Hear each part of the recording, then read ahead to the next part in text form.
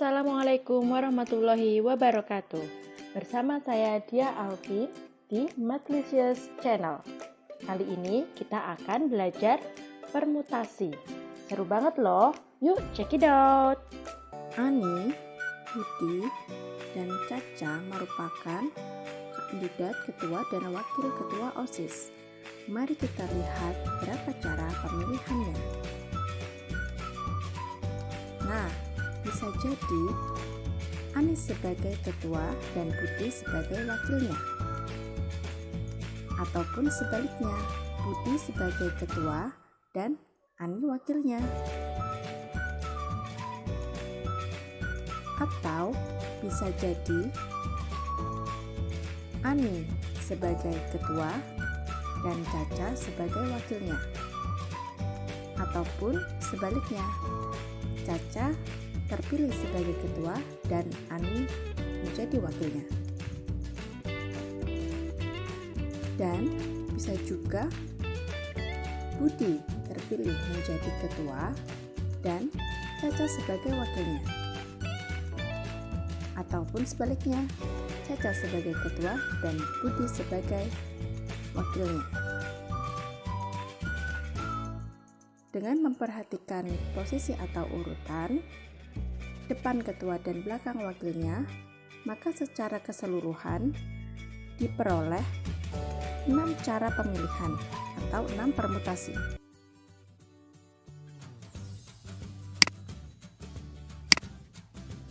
Nah, jadi apa sih yang dimaksud dengan permutasi? Permutasi merupakan penyusunan kumpulan angka atau objek yang memperhatikan urutan. Di sini dibedakan menjadi permutasi dari unsur yang berbeda, permutasi dengan beberapa unsur yang sama, dan permutasi siklis. Nah, kita akan bahas dulu permutasi dengan unsur yang berbeda. Seperti ilustrasi di atas, tentang pemilihan ketua dan wakil ketua OSIS, kita tidak mungkin melakukan pendataan satu persatu untuk mendata setiap kemungkinan, apalagi jika jumlah kandidatnya mencapai puluhan. Lalu, bagaimana cara mudah untuk menyelesaikan permasalahan tersebut? Nah, perhatikan contoh soal berikut ya. Jika ada 5 orang, akan dipilih 3 orang untuk menjadi ketua, wakil, dan bendahara, maka berapa banyaknya susunan yang mungkin untuk menduduki jabatan tersebut? Nah, kita misalkan 5 orang tersebut adalah siswa A, siswa B, siswa C, siswa D, dan siswa E. Mereka akan memperebutkan jabatan ketua, wakil, dan bendahara. Nah, untuk mengisi jabatan ketua, maka semua siswa ini, kelima siswa ini, memiliki kesempatan yang sama untuk menduduki jabatan ketua. Maka, jabatan ketua bisa diisi oleh 5 orang. Jika salah satu sudah menjadi ketua, maka dia tidak bisa menjadi wakil. Contohnya, misalnya, si A menjadi ketua, maka si A tidak bisa menjadi wakil. Sehingga yang tersisa tinggal 4 orang yang bisa mengisi jabatan sebagai wakil ketua. Jika satu sudah mengisi jabatan wakil, maka tinggal sisa 3 orang untuk mengisi jabatan bendahara. Dengan demikian, tinggal kita kalikan saja 5 dikali 4 dikali 3. Jadi banyaknya ada 60 cara untuk menyusun kandidat ketua, wakil, dan bendahara. Nah, selain menggunakan filling slot seperti contoh sebelumnya, kita juga bisa menggunakan rumus permutasi, yaitu NPR sama dengan N faktorial per N min R faktorial, di mana N adalah banyaknya keseluruhan dan R merupakan unsur yang akan dipilih. Di soal ini, ada 5 orang dan akan dipilih 3 orang, maka N-nya itu sama dengan 5 dan R-nya sama dengan 3. Maka dapat kita tuliskan 5P3 sama dengan 5 faktorial per 5 dikurangi 3 faktorial. Jadi 5 faktorial per 2 faktorial. Kemudian kita jabarkan. 5 faktorial itu adalah 5 dikali 4 dikali 3 dikali 2 faktorial per 2 faktorial. 2 faktorialnya bisa kita coret sehingga tinggal 5 dikali 4 dikali 3 sama dengan 60 secara. Nah, dengan rumus ini kita bisa menghitung dengan mudah jika kandidatnya ada 10 orang atau bahkan ratusan orang. Jadi, misalnya ada 10 orang kandidat, akan dipilih 5, maka tinggal kita tuliskan 10P5. Itu ya. Nah, yang kedua, permutasi dengan beberapa unsur yang sama. Nah, misalnya contohnya seperti ini.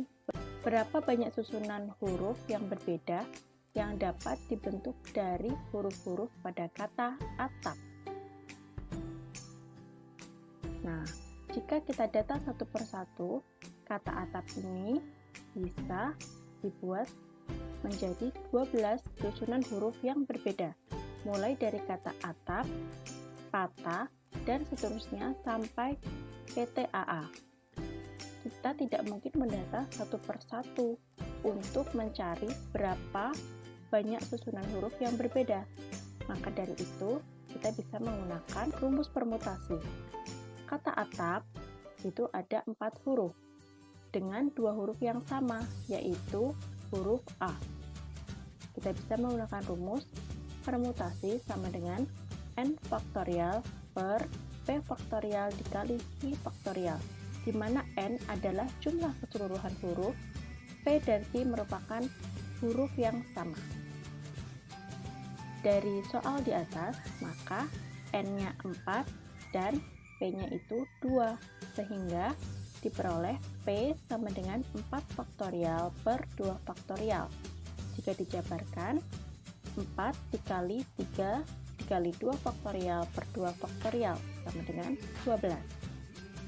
Nah, lebih mudah bukan? Dan yang terakhir adalah permutasi siklis.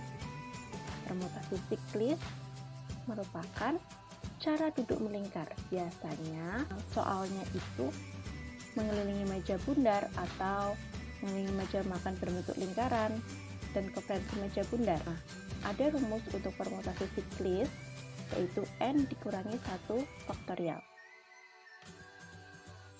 Sebagai contoh, 6 orang melakukan rapat dengan duduk mengelilingi meja bundar. Berapa cara mereka duduk dengan posisi yang berbeda? Di sini, banyak orang adalah N sama dengan 6. Nah, rumusnya adalah P sama dengan N-1 faktorial. Sehingga diperoleh P sama dengan 6 dikurangi 1 faktorial. Sama dengan 5 faktorial. Dijabarkan sama dengan 120 cara. Nah, bagaimana jika ada soal seperti ini? Bapak, ibu, dan ketiga anaknya duduk mengelilingi meja makan berbentuk lingkaran. Berapa cara mereka duduk jika bapak dan ibu harus selalu berdampingan?